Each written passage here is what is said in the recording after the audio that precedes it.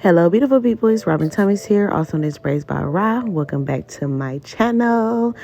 All right, so you clicked on this video today for one big reason: to see how the hair is pre-parted for box braids. So the video that I'm showing you today is me pre-parting hair for bricklayering. I'm bricklaying parts for box braids. So bricklayering just means that you start with a row, and then on the next row, you make sure that those braids fall in between the row that you previously parted out. So there are two big main reasons why people pre-part their hair. One of the reasons is because they want to make sure, again, they're getting those perfect bricklayer parts for their clients, so that they have a nice full install, so that when they're styling their hair, it can be nice and intricate. And it just looks so good. It looks so much better. People have flatter installs, not bulky installs, when the braids are not one on top of the other, but instead falling in between each other in the spaces. It's really good for those who have, really it's good for any like thin hair or thick hair, because with thin hair, it makes it look fuller because it's falling in between those spaces.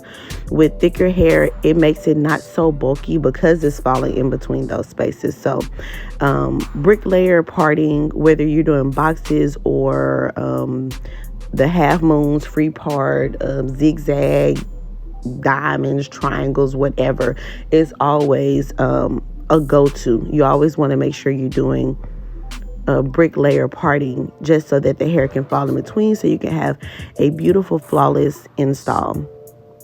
So that's one of the biggest reasons people pre-part, is so to make sure that their parts are nice and perfect. So another reason that people pre-part is because they're trying to figure out, does this save me time? So instead of me having to constantly pick up the comb throughout the install to part the hair, is that taking time from me?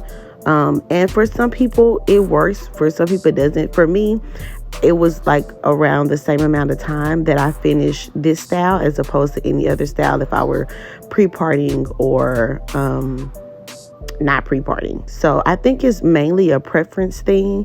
I think it does help people, like, just with the sanity of not having to worry about getting to the top, especially, and not having the perfect parts, or being like, oh man, where did I go wrong with this? So being able to pre-part helps you to see the full picture, so that you don't have all of those braids in, and then you get to one row and you're like, oh my gosh. And then you look back on the braids and you're like, the braids that you've done, and you're like, oh, if I would have did this on this row, So I think it just depends on where you are in your braid career, how advanced you are, and then preference. So I hope that you guys enjoy this video. It's really short. It's just showing me pre-parting the hair.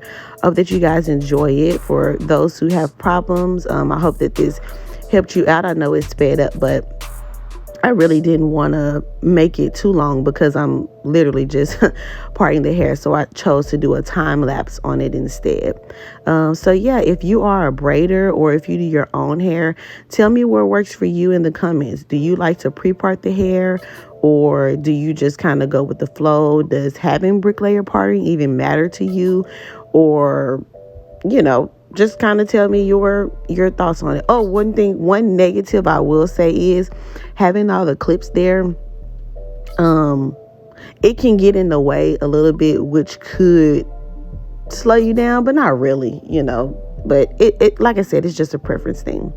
All right, so that is my video on today. I hope that you guys enjoyed it. I hope that it was helpful for you. Leave me some commentary in the comments.